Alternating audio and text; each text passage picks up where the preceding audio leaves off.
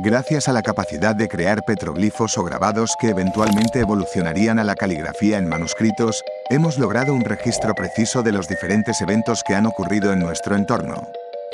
Nos facilitan técnicas y conocimientos ancestrales que no tendrían una utilidad si no fuera porque alguien las registró.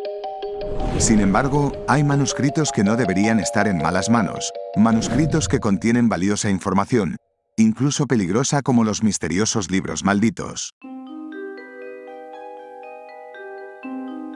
El libro de Tot es una obra sagrada del antiguo Egipto escrito en el segundo milenio antes de Cristo, durante el período tolemaico, en el que solo se conservan varios fragmentos de papiros.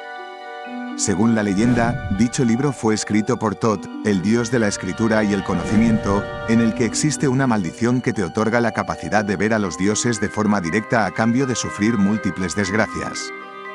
En sus textos habla sobre que el libro se ocultó en el fondo del Nilo, cerca de Coptos, encerrado dentro de una serie de cajas que las custodiaban varias serpientes, los cuales fueron derrotados por el príncipe egipcio Neferkapta, recuperando así el libro. La legendaria hazaña resultaría bastante cara, ya que el precio a pagar por dicho acto le costó la vida de su mujer e hijo.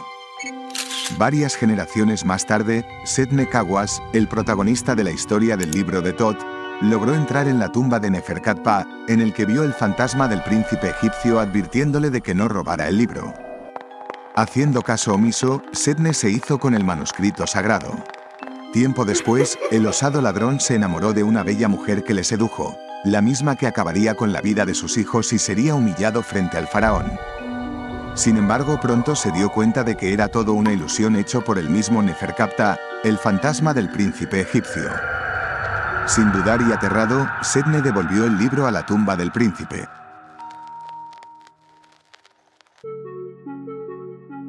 Las estancias de Dian es un libro misterioso del antiguo mundo. Dicen las leyendas que es uno de los libros más antiguos y que fue compuesto antes de la existencia de los humanos, escrito por entidades desconocidas en los que posteriormente serían tomados por dioses. Por mucho tiempo estuvo oculto en un monasterio tibetano, hasta que una escritora, ocultista y teosófica rusa llamada Elena Petrovna Blavatsky, más conocida como Madame Blavatsky, logró acceder al misterioso monasterio. Afirmó que dicho libro revela extraños símbolos, imágenes y arcanos, del que nadie sabe desentrañar su significado salvo unos elegidos, conocedores de esas informaciones antiquísimas. Un ferviente seguidor y colaborador de Madame Blavatsky llamado Henry Steele Olcott logró gracias a unas notas esporádicas unos pasajes de las estancias de Dian que trascendió en el ámbito de los iniciados de la sociedad teosófica. Las estancias de Dian permanecen en un estado de absoluto misterio.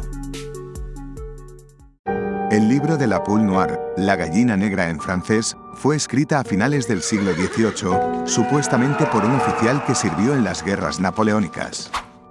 Se trata de un libro esotérico que abarca tres cuestiones del ocultismo: los anillos, los talismanes y la invocación de vampiros.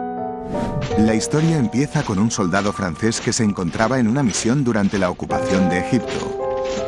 El pelotón donde él estaba destinado fue emboscado y masacrado por un grupo de beduinos. El oficial logra escapar y se convierte en el único superviviente. Oculto en la región de Giza, conoce a un anciano turco que lo lleva al interior de una cámara secreta bajo las pirámides. En esta cámara, descubre los restos de la gran biblioteca de Ptolomeo. Después de la narración, el libro detalla los secretos para fabricar anillos mágicos y talismanes cargados con propiedades sobrenaturales. Estos anillos y talismanes pueden hacer que uno sea amado por las personas más hermosas, descubrir todos los tesoros que existen y asegurarse de su posesión, descubrir incluso los secretos más ocultos, penetrar en cualquier lugar sin ser visto, y no habrá ni una sola palabra en el universo que no llegue a tus oídos. Y los últimos rituales incluyen invocaciones de seres sobrenaturales y una especie ritual para incubar una gallina negra capaz de llevarnos a toda clase de tesoros. Según se explica, Oromasis, padre de Zoroastro, fue el primero en poseer una, y de él procede este conocimiento. El libro de San Cipriano, también llamado el Gran Libro de San Cipriano, Libro Magno de San Cipriano o simplemente Ciprianillo, es un grimorio conocido en el mundo de habla hispana y portuguesa. Las leyendas dicen que un monje alemán llamado Jonás Sufurino En el año 1001 logra tener contacto con los espíritus superiores de la corte infernal, quienes le dieron un pergamino virgen con caracteres hebreos.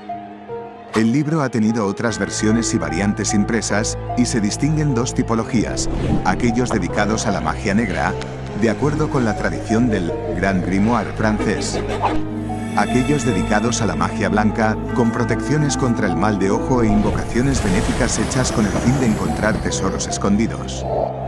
Las primeras ediciones datan de la segunda mitad del siglo XVIII.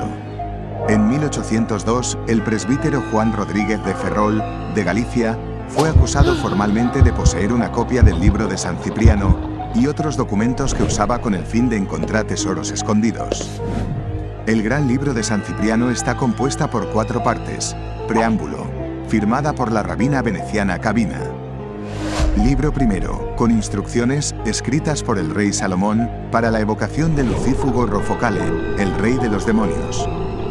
Libro segundo, titulado el Sanctum Regnum, es un método abreviado para establecer pactos con el diablo mediante un contrato firmado con la propia sangre. En él se muestra un amplio catálogo de demonios con sus nombres pertinentes, señas secretas y oficios. Después de todo, dicho libro es un grimorio, es decir, su contenido es una recopilación de fórmulas mágicas, atribuido a San Cipriano de Antioquia, el santo mago por excelencia. Una porción del contenido se ocupa de deshacer los encantamientos de los tesoros, incluyendo también una detallada lista de tesoros del Reino de Galicia y de partes de Portugal con su correspondiente localización. El Codex Rojonchi es una colección de manuscritos en un sistema de escritura desconocido. De origen incierto. Fue donado en 1838 a la Academia de Ciencias de Hungría por el conde húngaro Gustav Batthyány, junto al resto de su biblioteca. Dicho códice tiene 448 páginas de 12 por 10 centímetros, teniendo alternativamente 9 y 14 filas de símbolos. Junto al texto hay 87 ilustraciones que incluyen escenas religiosas, laicas y militares. Estas ilustraciones indican un entorno en el que cristianos, paganos y musulmanes coexisten. Los símbolos de la cruz, la media luna y el sol, o esvástica en otros casos, son omnipresentes.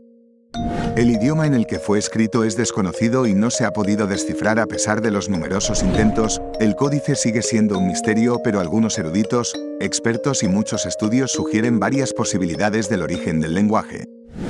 Ya que la cantidad de símbolos utilizados es cerca de 10 veces superior a los de cualquier alfabeto conocido, pero algunos símbolos aparecen raramente, por lo que descartan un sistema de alfabeto, sino un silabario o algo similar a los ideogramas chinos.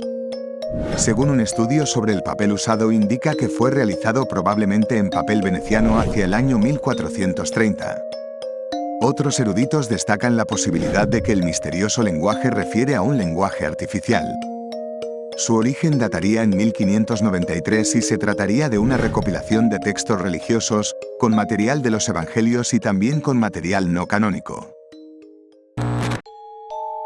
El Malleus Maleficarum, del latín, martillo de las brujas, es probablemente el tratado más importante que se haya publicado en el contexto de la persecución de brujas en el Renacimiento. Fue escrito y compilado por 2 monjes dominicos alemanes, Heinrich Kramer y Jakob Sprenger. Es un exhaustivo libro sobre la caza de brujas que, después de ser publicado en Alemania en 1487, tuvo docenas de nuevas ediciones, se difundió por Europa y tuvo un profundo impacto en los juicios contra las brujas en el continente durante 200 años aproximadamente. El Malleus Maleficarum se divide en 3 partes. La primera parte está dedicada a demostrar que la magia existía.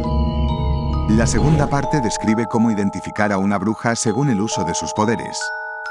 La tercera parte explica cómo realizar un proceso por brujería.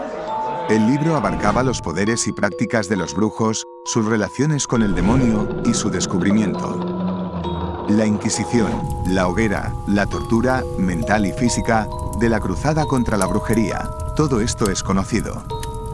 Y detrás de cada uno de los actos sanguinarios se encontraba este libro, a la vez justificación y manual de instrucción. A pesar de convertirse en un manual de referencia, hasta el punto que a menudo se habla de él como la Biblia de los cazadores de brujas, el Malleus Maleficarum fue siempre objeto de duras críticas, incluso por parte de personajes importantes de la Iglesia. El motivo principal fueron los métodos brutales que defendía, pero también que su autor, el inquisidor Heinrich Kramer, usó sin permiso una bula papal condenando la brujería para revestir su libro de la autoridad pontificia. Teólogos y la propia Inquisición criticaron el libro, que contradecía posiciones oficiales de la Iglesia en cuanto a la magia y la brujería y autorizaba el uso de la tortura para obtener confesiones. Todo eso no impidió que fuese ampliamente utilizado como manual de referencia tanto por autoridades religiosas como seculares.